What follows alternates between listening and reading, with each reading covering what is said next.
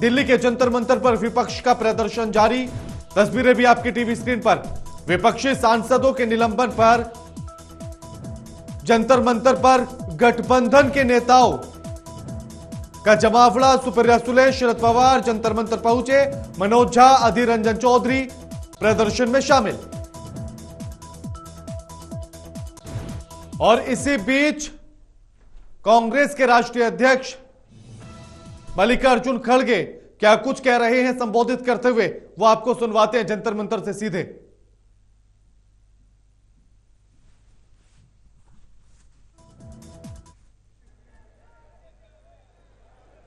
पवार जी, येचुरी जी, D राजा जी, Shivaji, DMK के नेता, RJD के नेता और जेडीयू के नेता और बहुत से हमारे इंडिया अलायंस पार्टी के जो भी नेता यहाँ बैठे हैं, क्षमा चाहता हूं, मैं सबका नाम नहीं ले सकता समय के अभाव से। मैं इतना ही कहूंगा कि आज इंडिया अलायंस के सभी नेता यहाँ पर आए, अपनी बात रखे, इसीलिए मैं उनका सबका धन्यवाद करता हूं। ये इंडिया अलायंस क्यों बना? इंडिया अलायंस इसलिए बना जो मोदी जी, शाह, इन्होंने डेमोक्रेसी को खत्म करने का एक बीड़ा उठाया है। देश के संविधान को खत्म करने का इन्होंने बेड़ा उठाया है। दलितों को, मजदूरों को, किसानों को, महिलाओं को कुचलने का काम इन्होंने किया है और अभी भी कर रहे हैं। इस देश के डेमोक्रेसी को खत्म करने के लिए ही 146 एमपीज को इन्होंने बाहर निकाला। कोई कुछ नहीं बोला। हमारे राम गोपाल यादव जी यहाँ नहीं है, उन्होंने बहुत दूर बैठे थे। ऐसे कहीं जो 147 एमपीज में दूर दूर बैठे थे, मुंह भी नहीं खोले थे, बोलने का बात उनको समय भी नहीं मिला, लेकिन उसको सस्पेंड किया गया। सस्पेंड करने के बाद हमने बाहर सभी मिलके गांधी स्टैच्यू के पास सत्याग्रह किया, धरना किया। तब जो हमारे सदन में सरकार के तरफ से ये आता है, मुझे बहुत धक्का लगा कि एक संविधान के उच्च पद पे बैठते हैं ऐसे लोग कहते हैं कि मैं एक फलाना जाति का आदमी हूं, इसीलिए मुझे इंसल्ट कर रहे हैं। अरे अगर आप देश के संरक्षक करने का अधिकार लिए हैं, संविधान के तहत आप चलने का वायदा किए हैं, तो आप जात पात की बात अंदर करते हो और जात पात पे चलने की बात करते हो। अगर आपकी हालत यही है तो मेरे जैसे दलित की हालत क्या होगी? मैं जब उठता था, सदन में उठता था बात करने के लिए, आपके तरफ आवाज उठाने के लिए, तो उस वक्त कभी मुझे मौका नहीं मिलता था। जब कभी भी देश में जब महिलाओं के ऊपर रेप होती है, जब कभी दलितों के ऊपर, दलितों को कुचला जाता है, किसानों को मारा जाता है, मजदूरों को मारा जाता है और संविधान के धज्जे उड़ाए जाते हैं, उस वक्त हम खड़ा होके जब नोटिस देते हैं, नोटिस पढ़ने को भी हमको परमिशन नहीं दिए। तो मैं ये क्या कहूं कि ये बीजेपी के लोग, बीजेपी की सरकार एक दलित को बोलने नहीं देगा, ऐसा मैं कहूं? अरे ये तुम संविधान के पद पे बैठे हो और तुम रोते हो।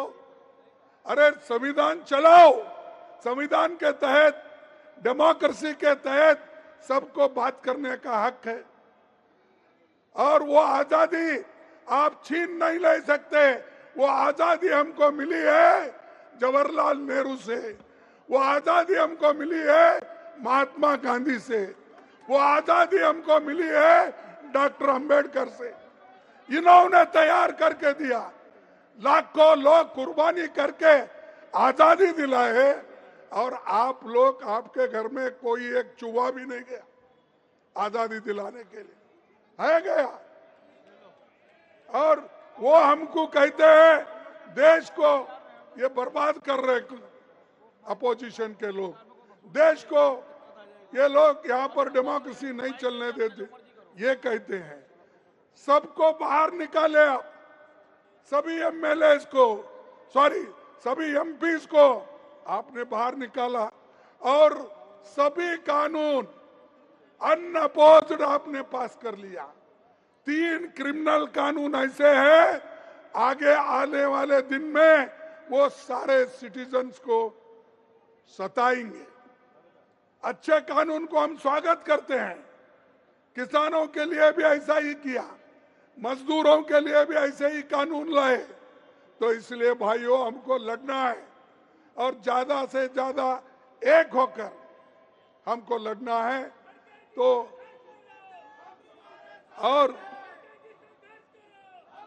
और आज मोदी जी हर एक को दबा रहे, हमारे कार्यकर्ताओं को जहां कहीं इलेक्शन आता है उनको ईडी का डर, सीबीआई का डर, इनकम टैक्स का डर।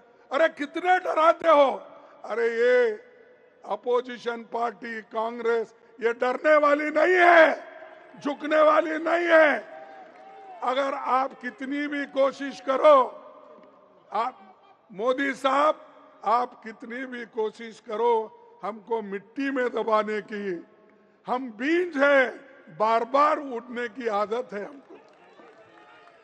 हम तो तुम दबाने की कोशिश करते हो तो हम उठते हैं और देश को बचाने के लिए, संविधान को बचाने के लिए, लोकतंत्र को बचाने के लिए हम सब एक होकर लड़ रहे हैं। मुझे खुशी है कि सारे अपोजिशन के नेता एक हो गए हैं। अब जब सब लोग एक होते हैं तब अकेला मोदी कुछ नहीं कर सकता। और मोदी जी को इतना घमंड आया है, इलेक्शन से पहले ही कहते हैं कि 400 सीट जीतेंगे। तो क्या मतलब भाई, 400 सीट जीतने का क्या है तुम्हारे पास?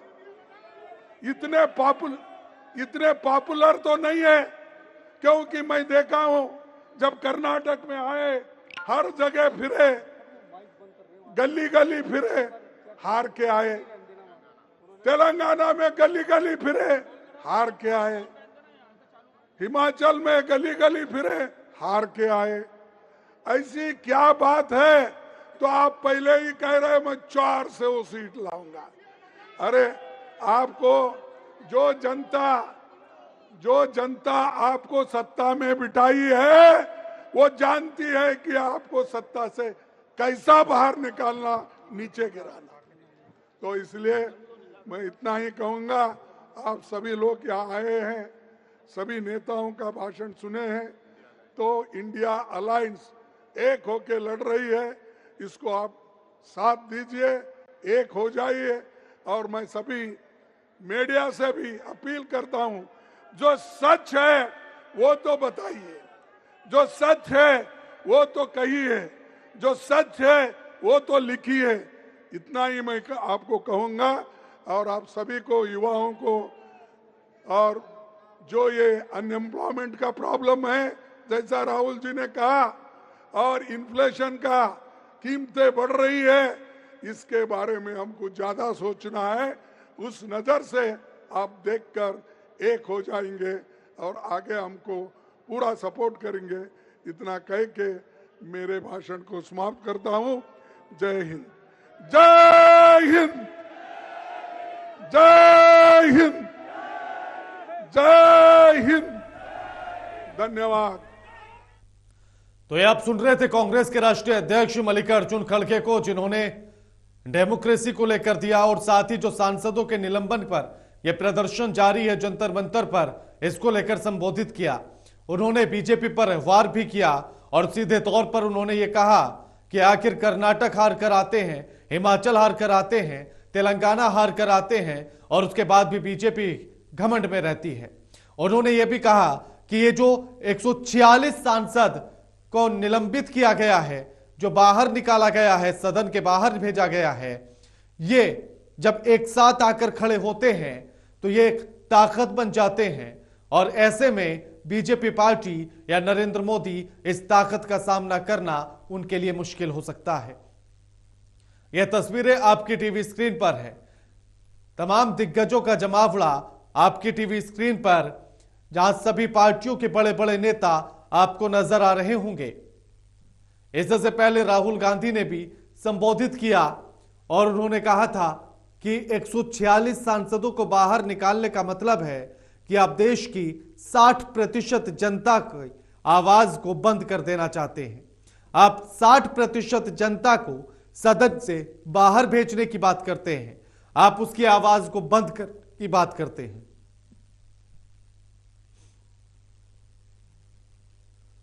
और यह प्रदर्शन अभी भी जंतर मंतर पर जारी है इंडिया गठबंधन के लोगों का, क्योंकि संसद की सुरक्षा के चूक मामले में जब सांसदों ने यह मांग उठाई कि गृह मंत्री अमित शाह को सदन के पटल पर आकर बोलना चाहिए, उन्हें बयान देना चाहिए, जिम्मेदारी लेनी चाहिए और यह आश्वासन सभी को देना चाहिए कि आखिर इस घटना के पीछे के कारण क्या है और यह घटना दोबारा नहीं होगी, इसकी जांच की जा रही है। जब इस बात की या विपक्ष की इस मांग को नहीं माना गया तो प्रदर्शन हुआ, शोर मचा और जिसके बाद सदन की कार्यवाही स्थगित करनी पड़ी। उसके बाद लोकसभा स्पीकर और राज्यसभा स्पीकर ने अपने अपने सांसदों को निलंबित कर दिया, जिनमें से 100 सांसद लोकसभा के और 46 सांसद राज्यसभा से निलंबित किए गए विपक्ष के। और जिसके बाद से ही यह प्रदर्शन लगातार जारी है। जंतर मंतर से तस्वीरें आपकी टीवी स्क्रीन पर हैं, जहां राहुल गांधी इंडिया गठबंधन के तमाम बड़े नेताओं से मुलाकात कर रहे हैं, कांग्रेस के नेताओं से मुलाकात कर रहे हैं, हाथ मिला रहे हैं। अब देखना तो यह होगा कि आखिर यह जो मुद्दा विपक्ष उठा रहा है, यह कितना विपक्ष के लिए कारगर साबित होता है। और इस खबर पर हमारे साथ हमारे संवाददाता नागेंद्र भाटी जुड़ गए हैं। नागेंद्र, जिस तरह से जंतर मंतर से संबोधित राहुल गांधी और मल्लिकार्जुन खड़गे ने किया और मल्लिकार्जुन खड़गे ने कहा कि अगर मिमिक्री उपराष्ट्रपति की गई थी तो उसमें उन्हें अपनी जात पात को नहीं लाना चाहिए था। अब अगर वो कहते हैं कि जात पात के आधार पर उनके साथ इस तरह का मजाक किया गया तो उन्होंने कहा फिर मैं तो दलित हूं, मेरी स्थिति क्या होगी?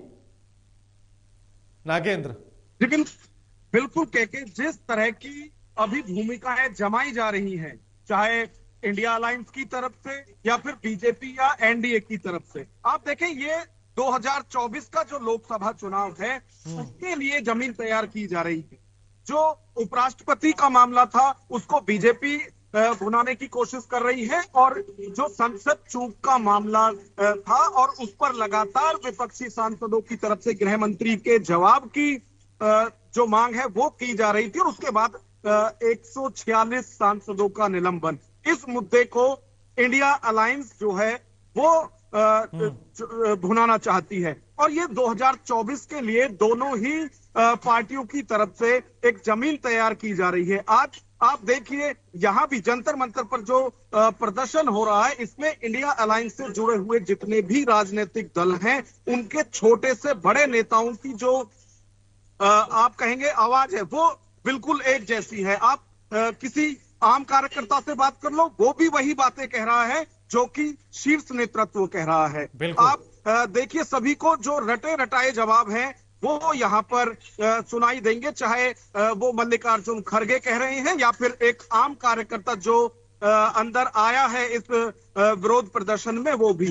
फिलहाल एकजुटता होने की जो मैसेज है वो विपक्ष की तरफ से दिखाने की कोशिश इस विरोध प्रदर्शन के द्वारा की गई। और आप जंतर मंतर पर देखें, हैं सभी इंडिया अलायंस से जुड़े हुए जो दल हैं, उनके कोई ना कोई नुमाइंदा मंच पर है, लेकिन जिस तरह से जो पोस्टरबाजी है, जो झंडे बैनर हैं, वो सबसे ज्यादा कांग्रेस के हैं। तो कांग्रेस ने इस विरोध प्रदर्शन के माध्यम से भी ये दिखाने की कोशिश की है कि हम हैं साथ, लेकिन मुख्य भूमिका में इस गठबंधन के अंदर कांग्रेस ही रहने वाली है। अब आगे किसकी क्या क्या भूमिका रहेगी वो तो जब इंडिया अलायंस की आगे बैठकें होंगी, उनमें क्या क्या निर्णय होता है उसके आधार पर पता चलेगा। लेकिन अभी जो कोशिश झंडे बैनर के माध्यम से दिखाने की कोशिश की जा रही है, या फिर मंच पर सबसे ज्यादा आप नेता भी देखेंगे तो वो भी कांग्रेस के ही हैं। तो फिलहाल ये मैसेज देने की कोशिश इंडिया अलायंस को भी दी गई है। सरकार के खिलाफ तो ये विरोध प्रदर्शन है ही है, लेकिन इसमें अपने साथ के दलों को भी ये दिखाने की कोशिश की गई है कि बड़े भाई की भूमिका में कांग्रेस ही रहने वाली है। बिल्कुल, जिस तरह से मल्लिकार्जुन खड़गे ने भी कहा कि हम जो सब साथ मिलकर लड़ रहे हैं, हम जो साथ आकर खड़े हुए हैं, ये ताकत है और इस ताकत के सामने नरेंद्र मोदी और अमित शाह का जीतना भी बड़ा मुश्किल है। लगता है ऐसा? देखिए के क्योंकि इस वक्त यदि बात की जाए, आज का जो राजनीतिक दौर फिलहाल जो देश के अंदर चल रहा है, उसमें नरेंद्र मोदी का जो नाम है वो एक बहुत बड़े, चाहे चुनाव जिताऊ के तौर पर देखें या क्राउड इकट्ठा करने की बात करें, उसमें भी एक बड़ा नाम है। और ये विपक्ष समझता है इंडिया अलायंस की तरफ से अब इसी के लिए अपने अलायंस को जो लोगो है वो दिया गया है कि मैं नहीं हम, यानी कोई भी इंडिया अलायंस में मैं या मेरी बात नहीं करेगा, वो हम की बात करेगा, सबकी बात करेगा। तो इसमें यही कहा जा रहा है कि सारा विपक्ष एकजुट होकर अब तू मैं का वक्त चला गया है, अब हम बनकर लड़ना होगा, तभी बीजेपी या फिर मोदी को शिकस्त दी जा सकती है 2024 के लोकसभा चुनाव। नहीं निकला भी या तो आगे देखो। बिल्कुल, ये जो प्रदर्शन आज किया जा रहा है, लगता है कि 2024 के जमीन को कांग्रेस के लिए मजबूत करेगा या इंडिया गठबंधन के लिए मजबूत करेगा? जी बिल्कुल, देखिए इसीलिए मैं कह रहा हूं लगातार कि जो मुद्दा है इसको लगातार भुनाने की कोशिश इंडिया अलायंस या कांग्रेस की तरफ से की जा रही है। इससे पहले भी लगातार 3 दिन से विरोध प्रदर्शन सड़कों पर भी चल रहा है, संसद के अंदर भी चल रहा है। अब क्योंकि शीतकालीन सत्र जो है वो खत्म हो चुका है, तो उसके बाद अब सड़कों पर जो ये मुद्दा है ये लगातार इसी तरह से चलता रहेगा।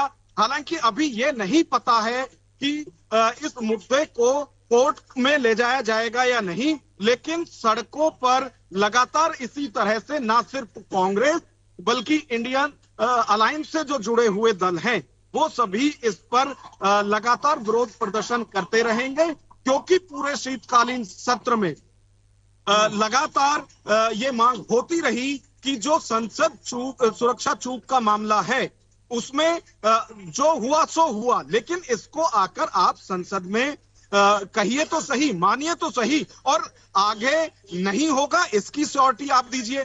लगातार यही तो मांग विपक्ष की तरफ से की जा रही थी। तो विपक्ष लगातार यही कह रहा है कि अगर विपक्ष के लोग, विपक्ष के सांसद संसद में सवाल नहीं करेंगे तो आखिर कहां सवाल करेंगे, और जो जवाब है उसको संसद में मिलना चाहिए, लेकिन वो दूसरे माध्यम से मिल रहा है। लोकसभा में या संसद में कहीं भी सरकार की तरफ से इस पर जवाब नहीं दिया जा रहा है, लेकिन मीडिया में और दूसरे माध्यम से जरूर इस पर गृह मंत्री बोल रहे हैं। ये सारे सवाल हैं जिनको विपक्ष की तरफ से लगातार उठाया जा रहा है, और इसको जो पूरी प्रक्रिया है, अभी आप देखें लगातार जिस तरह से 10, 20, 50, 100 नहीं 146 सांसदों को दोनों सदनों से निलंबित किया गया है। उसका रोष, उसका आक्रोश आज सड़कों पर लगातार इंडिया अलायंस के नेताओं के द्वारा दिखाई दे रहा है जंतर मंतर पर। बिल्कुल नागेंद्र, क्या ऐसे में यूं कहा जाए कि इस विरोध प्रदर्शन ने जितनी मजबूती कांग्रेस या फिर इंडिया गठबंधन को दी, फिर उतनी ही कमजोरी दे दी है मिमिक्री वाले इंसिडेंट ने? देखिए, बीजेपी ये अच्छे से समझती है कि जिस तरह से मुद्दा इंडिया अलायंस की तरफ से ये उठाया गया है, उसका जो काट है वो किस तरह से हो सकता है, और वो बैठे बिठाए उनको मिल गया जब सांसदों के निलंबन का विरोध कर रहे थे विपक्ष के सांसद, और उस वक्त जब टीएमसी सांसद की तरफ से उपराष्ट्रपति की जो नकल है वो की गई और उसका वीडियो वायरल हुआ, वो बैठे बैठाए बीजेपी को एक मुद्दा मिल गया। नहीं तो जिस तरह से चारों तरफ से घिरती हुई सरकार इस मुद्दे पर दिखाई दे रही थी, उसमें कहीं ना कहीं डैमेज कंट्रोल का काम बीजेपी के लिए उपराष्ट्रपति वाले मामले ने किया है, और विपक्ष भी ये समझता है। इसलिए विपक्ष की तरफ से भी, इंडिया अलायंस की तरफ से भी इस मुद्दे को दबने नहीं दिया जा रहा है, जो कि संसद में सुरक्षा चूक का मामला है। उसमें लगातार हर नेता की तरफ से यही कहा जा रहा है कि जो उनकी मांग थी वो कहां से अलोकतांत्रिक है। जो लगातार ये कहा जा रहा है कि संसदीय व्यवहार विपक्ष के सांसद संसद के अंदर नहीं कर रहे थे, तो लगातार सवाल उठाया जा रहा है, और विपक्ष भी इस मुद्दे को अपने हाथ से इतनी आसानी से नहीं जाने देगी, और ये तेवर दिखाई भी दे रहे हैं इंडिया अलायंस के भी और खास तौर से कांग्रेस के भी। बिल्कुल नागेंद्र, ऐसे में कुछ सबसे बड़ा सवाल जो है वो ये है कि जिस लोकतंत्र की दुहाई लगातार देते आ रहे हैं सभी राजनेता, सदन के भीतर अगर विरोध प्रदर्शन करके उस सदन को न चलने देना अपराध था, तो क्या पूरे विपक्ष को निलंबित करने के बाद सदन को चलाना यह लोकतंत्र के लिए अच्छा है? होगा। देखिए, एक स्वस्थ संसदीय परंपरा में पक्ष और विपक्ष दोनों का होना बहुत जरूरी है। आप देखें कि जहां जहां भी यदि स्टेट्स की हम बात करें, दिल्ली में विपक्ष ना के बराबर है, उसी तरह से कई ऐसे स्टेट हैं जहां सरकार चाहे किसी की भी है, लेकिन वहां विपक्ष की आवाज को नहीं पहुंचने दिया जाता है आम लोगों तक विधानसभा या संसद के माध्यम से। तो एक स्वस्थ लोकतांत्रिक परंपरा के लिए पक्ष और विपक्ष का होना बहुत जरूरी है। और अब देखें, जिस तरह से कल समाजवादी पार्टी के नेता शिवपाल यादव की तरफ से भी कहा गया है कि अब लोकसभा चुनाव में बहुत ज्यादा वक्त नहीं है, तो जिन 146 सांसदों का निलंबन हुआ है उन्हें इस्तीफा देकर सरकार पर दबाव बनाना चाहिए कि तुरंत लोकसभा के चुनाव कराए जाएं। बिल्कुल, शुक्रिया नागेंद्र आपका हमारे साथ ये तमाम बातचीत करने के